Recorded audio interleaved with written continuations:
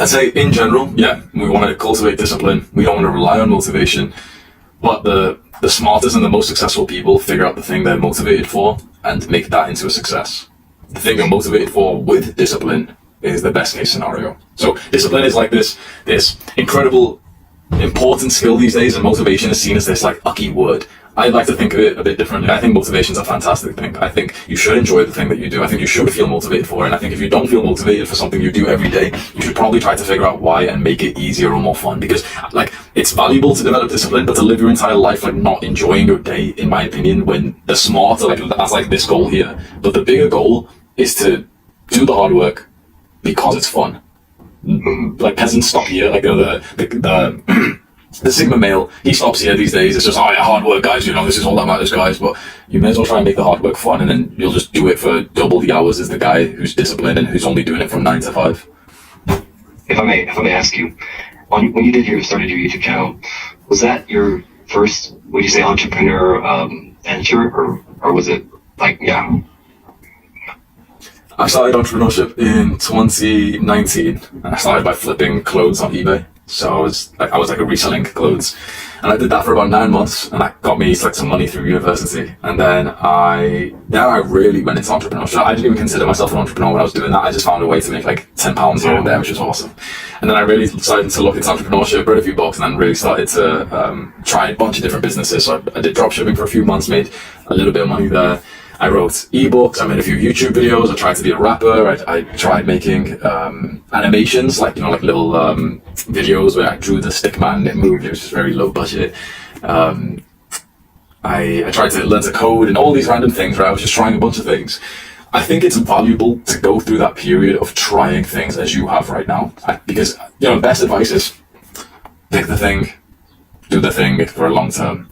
But it's valuable to go through a couple of months where you try a couple of things first, just to kind of realize what kind of things you like. Because, before you go all in on something, you may as well at least try to like experiment with a few things. Now you know a lot about yourself still, like a lot more than what most people would. You're already like ahead of the game, especially when I was 18.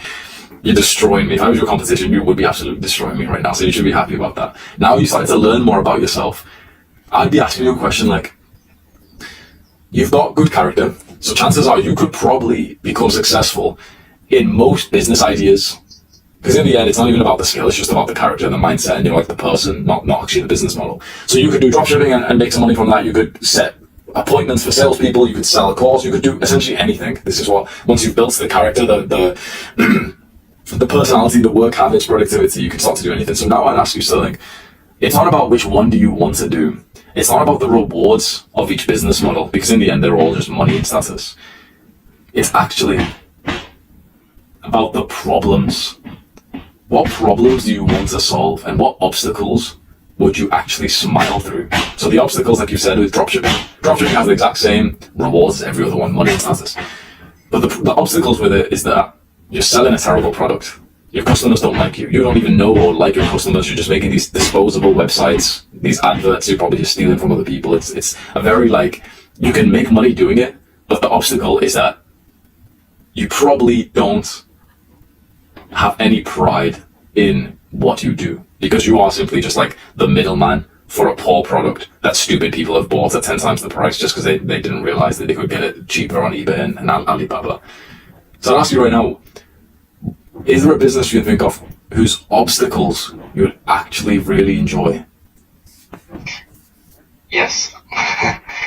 Basically, I want to help younger entrepreneurs. I realize there's not a lot of lucrative in helping younger entrepreneurs. There's not a lot of like high-ticket $10,000 offers when you're selling to 16-year-olds that are trying to learn how to make money online. But that is what I want to do when we talk purpose. I just want to help other people see the benefit of becoming an entrepreneur, and then give them some resources to help them kind of get the information they need and move up the ladder maybe a little bit quicker. But yeah, like I said, some of the struggles I've been having are just like staying disciplined, I guess. and that's a funny one, because like I guess I have been staying disciplined, even though I don't think I am. Like if I have been doing entrepreneurship for a year and a half, I try to do a simple workout plan, which is 100 push-ups a day. And a lot of workout people say, oh, that's bad for you because it's only working out one thing. What I say to them is, if I get a complicated plan, I don't implement it. When I just have a simple 100 push-ups a day, I'm able to implement it. And so, like, if I've done that for the past year, every single day, according to my habit tracker. I've worked on these businesses, made a little bit of money, I guess. And then I do watch a lot of people like your channel, Hamza. I've probably watched all your videos. Iman Gadji, Dan Ko, Alex Formosi, just names like that. I try to consume their content and think how they think, I guess. Mm. And I realize you're not just gonna wake up one day and be a millionaire. It does take a lot. It's a marathon. It's years. It's not just months. It's not just weeks. So yeah. What marathon do you want to run?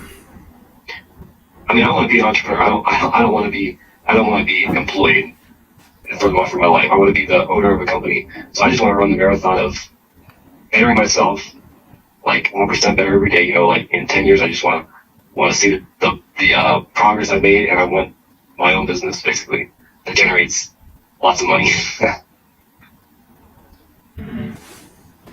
You're going to be an entrepreneur. I'm just trying to find what's the right business model for you.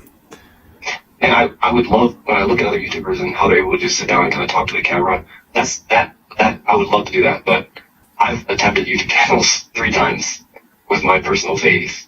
And each time I either got burned out, it just, like I think, if I remember right, the first time I sat down, tried to write a script, record the video, and then posted probably 4 or 5, but it's probably my fault. I'm lazy. Like I don't know how many videos did you make before you even saw 1,000 subscribers, before you saw 5,000? 7 months of posting, I think about 3 times a week to get to 1,000, and then another 6 months or so after that to get to about 5,000. So mine was like relatively slow in some ways. Like some people get to 1,000 subscribers in just a few videos. For me, it took me about over a year. It took me about 1 year and 2 months-ish full-time YouTube. It's the only thing I'm doing. I'm focused. I'm relentless to get to 5,000. So I did hundreds of videos. Yeah. Well, that was the marathon I wanted to run. Yeah, and what do you think about if, let's say, I would start a channel, and I heard you on the call this morning, you told him these days people don't need a lot of fancy edits, because if you try to compete with everybody on fancy edits, you're going to lose the game every time. So you think there is a growing population that just wants somebody sitting down and talking to their camera? 100%. I think that's going to become the rising niche of YouTube. It's already doing really well. Before, YouTube goes through like chapters, and it was the pranks. Anyone remember like the prank, like in 20 whatever it was, when everyone's doing like homeless man gets pranked videos and some shit, bro. That was like, weird. And then it was like the charitable things, and then it's like the Mr. Beast ones, and they've reigned for a while, but everyone's kind of like bored of that stuff now. The Mr. Beast challenges and the fitness YouTuber challenges. Oh, doing 1,000, eating 10,000 calories. It's all bored. Now, like the people who are climbing the most are simply just the synthesizers who are just there with a camera, sat in their rooms, and they're just kind of telling you about life. And there's people who are climbing up the ranks of YouTube and making fantastic businesses, because YouTube's become a lot less about like entertainment for the classical sense of like, oh, here's this like this challenge that we're doing here. Now it's more about that we're getting entertainment from the fact that we can see someone who's real, that we can kind of invest in their story. You're all here today not because of my edits or anything like that. You're just here because you were able to like invest in the story of Hamza and into the brand. It's something excited to have.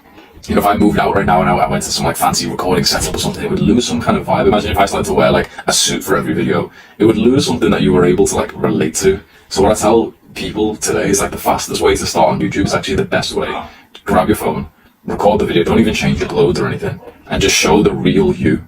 And like there's this advice I give all the time, but I don't think people value it as much as they should, which is the game of YouTube is just trying to show as close to 100% of the real you as you possibly can. That's good. So not even like researching a topic, just sitting down and talking. Yeah, to begin with, yeah. So, because you've got to imagine that the videos you first start with are kind of like the empty bar in the gym. It's kind of like the 20 kg barbell without any weights. And this isn't how you're going to end up. But you've got to respect the process and think to yourself, yeah, I can lift the empty barbell right now. I'll make some progress with that. And the idea is that 2 years from now, or a year from now, you can hit 100 kg bench press. Sweet. But there's too many people thinking about the 100 kg bench press right now and thinking to themselves, yeah, like I'm not going to go to the gym unless, I won't be able to bench 100 kg right now. This is what everyone says with their YouTube videos. Like, oh, but I can't make that video right now. I can't even speak well right now. It's like a fat guy saying, oh, but I can't bench 100 kg right now. It's like, why don't you just bench less than that? Mm-hmm. And honestly, YouTube is the marathon that I'm okay with running, and that I would love to run.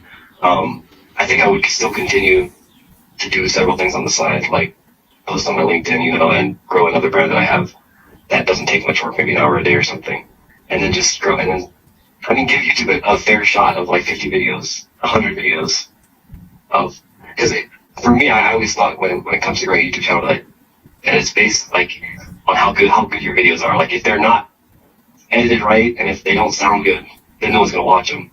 But from what I'm hearing from you and even seeing YouTubers that are coming up, it's less and less about the quality. Like if you're not gonna be on quality, then you're not gonna win. When there's people that are Mr. Beast with hundreds of employees doing their edits, you know what I mean? So yeah, that's good for me to think about. Yeah. So you said YouTube is the marathon you want to go on, but then you want to do these like side runs as well. Yeah, that doesn't sound good. I guess. So I love the thought of having a YouTube channel. I love the thought of recording a video and making income from that. But there's another brand I'm building right now where it doesn't have my face involved, and so I can just pay someone to make the videos and then put them out and then direct people to the link in bio that goes to the digital product store. And it just seems like it's going to be profitable in a year from the success I've seen in a month. So I don't know if I should say, like, you don't want to be spread too thin. And I feel like I should just continue doing what I'm doing because also the community I'm from and everything, I think it's better. A lot of people, they're not okay with being driven by money. They don't like that. And so I think it is better long term for me if I have something that doesn't have my face attached to it. And I've heard several people say online that if they would choose a business with income versus fame, versus having fame and making income, or just a business outside with income, they would choose the business outside because fame isn't always, like, I think it was Iman that said this, or maybe Iman or Kate, I don't know, but they said the fame is actually not as fun as you think it is, because you can't just go and have a normal meal at a restaurant. You can't just go and have a normal vacation without being, swarmed by people. But it's just those things that almost make me hesitant to take that marathon. I don't know. Mm-hmm. Versus just like a business that's making income and then I can just work behind the scenes, growing. But is that something that you'd actually want to continue long term? The YouTube or the other one? The faceless business. That's the thing. I don't know how it's gonna hold out long term. I feel like YouTube would be very solid long term, like 10 years down the road, 20 years down the road. Mm-hmm. I basically just need to go do my research and decide. It's good. You're putting me on the spot. It's a good thing to think about. Mm-hmm. Well, on YouTube, you can still do a faceless video on that. You don't even need to expose your identity. There's quite a lot of YouTube channels that have got close to like 1 million subs, or even there's probably some that have got above 1 million subs, but they don't even know who it is. Like the biggest Minecraft YouTuber was called Dream, and no one actually knew what he looked like up until like a year ago or something. He had like millions of subscribers because it's kind of fun. Like in some ways, it'll hold you back. But if that becomes your brand as like, oh, I'm the faceless guy, in some ways that like it becomes this novelty thing that people actually start to like. And if you plan to never show your face, because if you ever start that channel but then show your face like a lot of these guys do, which is a huge mistake, then your brand's ruined. So Dream did this, and I saw a video where his brand went downhill after that or something. So you could do that. Like there's a guy in the self-improvement space that wears a mask over, like he wears like almost like a, what's his name now? Ski mask duets or something like that. Like he literally wears like a face mask over every video, and he's just being like goofy and everything. And like he's got like 300k subs, no problem. So I agree with you. Yeah, that fame does have extra problems that a lot of people don't speak about. But what I will say is Alex Hormozi tells this story where he's at a friend's house who's really famous, and his friend is telling him about the negatives of the fame, that people have knocked on his house and people have like just sent him letters and everything. Alex is saying, wait, that's going to be horrible. This is before Alex ever became famous himself. And his friend says, if that's the price I have to pay for the impact that I want, then I'll pay that price every day. Wow. If you really do want to have an impact on the world, if you really do want to spread your message, Sterling, and also make a crazy amount of money for it, these days, there's certainly other ways to do that. You can be a faceless person in a business, they certainly can. But there's a lot of amazing opportunities for the fame brand. And let's say with me, like, I'm not like famous, but like, 2 million subscribers and I could take a holiday. Be like everywhere I go, someone does really recognize me these days, but it's not like I get swarmed. Like, I'll go to the gym, and for a few days, no one comes up to me, for example, then someone will. And then sometimes, like, there'll be 3 people in one day, but it's nice, because it's like, I like the people who come up to me, because it's just young guys that are going to the gym who, meditate and stuff. It's like, it's nice to meet those kinds of guys. Like, because the beautiful thing about a personal brand is that you really get to be so authentic that you kind of create the kind of person who comes up to you. Now, if you've been creating like monsters, if you've been creating like people you don't like imagine it's like these Mr. Beast kind of guys who make videos for kids, and then it's kind of weird and awkward, fair enough. But when I make videos for myself and my younger self, so any guy who comes up to me, he's like, he meditates, he's respectful, he's got good character, he goes to the gym, he likes to be disciplined, he's probably works on a business. It's like, me and him have so much in common. It's like, I want more guys to come up to me. There's never been anyone who's been like weird before. And I've met a lot of people, so don't think that like the fame equals getting mobbed. You can't even enjoy the restaurant or anything. There hasn't been anyone who's been disrespectful, not once. Just to keep in mind. Interesting. Yeah, and you don't think YouTube's too saturated, obviously? Oh no, not at all. It just can't be. People have been saying that for years, and I believed them for a few years. And what I realized was it's only really lazy people who say that, because it's just how they say everything. Is it? Oh, it's too saturated. Gym's too far. The healthy food costs too much. It's the exact same excuse. It's just like, it's just something people say because they refuse to put in the work. People told me that self-improvement space was too saturated, and then I dominated the entire place. They said it was like, oh, you can't make self-improve. Like, I still don't think it's saturated, because when you look into YouTube, you've got to realize that you're not really making videos on a topic. It's not like the self-improvement space is saturated, because that's not what you're really doing. You're just making videos on your interests, on you. The brand is you, Sterling. So imagine if someone said, oh, but Sterling, don't you think that Sterling is too saturated? Like, what are you on about? Like, obviously not. You're not on YouTube just yet. So, with a personal brand, there's no competition. People come to you for you. Now, if you start to pretend to be someone else, and that can be positive in some ways, but if you start to like only make videos on a very specific subject, okay, here is how to do this one exact thing, then sure, there can be some saturation involved because people are coming to that video for the topic. But the new way where everyone's realizing now, which you see on my channel, is you make videos on your topics, which is like broad. You've seen I've made videos on lots of different topics before. So people don't come to my videos anymore because, oh yeah, I'm going to watch some self-improvement. No one searches self-improvement and then thinks, yeah, Hamza, you come because of Hamza. That's the brand. And inside of it, generally people say it's self-improvement, but it's like, imagine how many different topics I've covered with dating, with red pill and finance and investing and fighting and random stuff, like degeneracy and masculinity. It's like, at that point, it's no longer just this package of, oh yeah, self-improvement's too saturated. It's just like, oh, here's Hamza's interests, and you can't be too saturated in a personal brand. Definitely. And all I can say is YouTube has always been the road I wanted to take, but the fact that I just tried and didn't really feel like I had like a system where I could implement it for a year, that's kind of always why I had to like kind of stop. Like I tried the shorts way, scripts, read, and post shorts, and it did fairly well, maybe 250 subscribers after like 40 shorts, which are a lot easier to create. But I don't really want to be a shorts creator long term, so I was like, I want long form videos that get views. I think what I basically have to do is just put the views and the subscribers out of my head and just make a video for one person. Just make a video, I guess, for myself, like you said. That's and just set it online. I mean, if it goes crazy, fine. If it doesn't go crazy, fine.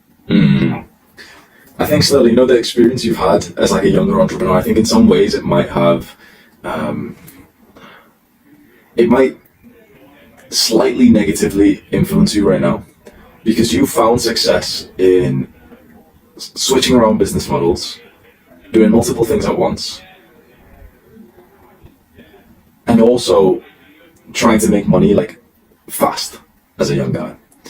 The issue is that the businesses where you can make money as fast as possible, they're usually not as good, and that usually makes you into a weaker entrepreneur. So the Gary Vee says this advice, which is jab, jab, jab, jab, jab, right hook. The idea is that you jab and you give your customer avatar free value. This is how we really do business in the modern days. You impress people with something for free in your personal brand, a video that's really nice, or maybe something like, you've made the course for free, or the lead magnet or something. And you just keep doing that. Keep giving them free stuff. And in boxing, you jab, not really to do damage, but just to set them up for something, because they have to block the jab, which means that if they block for something, that means they're open for something else. So you just keep jabbing, keep jabbing, keep jabbing. You get to know who you're like working with here. So eventually, that's when you see what they need. And that's where the right hook comes from. The right hook is the paid product. That's when you cash out a little bit. So that's what I did with Adonis School, for example. You just keep chatting, free value, free value, free value. Here's another video that's going to change your life. And here's another one. Here's a free Discord server. Here's another thing. Here's a wholesome video of me. Here's a meetup we can all do together. Here's loads of free stuff. And then I'm going to hit. And the longer you delay the right hook, generally, the better. If you can, if you absolutely need to make money right now, then sure, do that.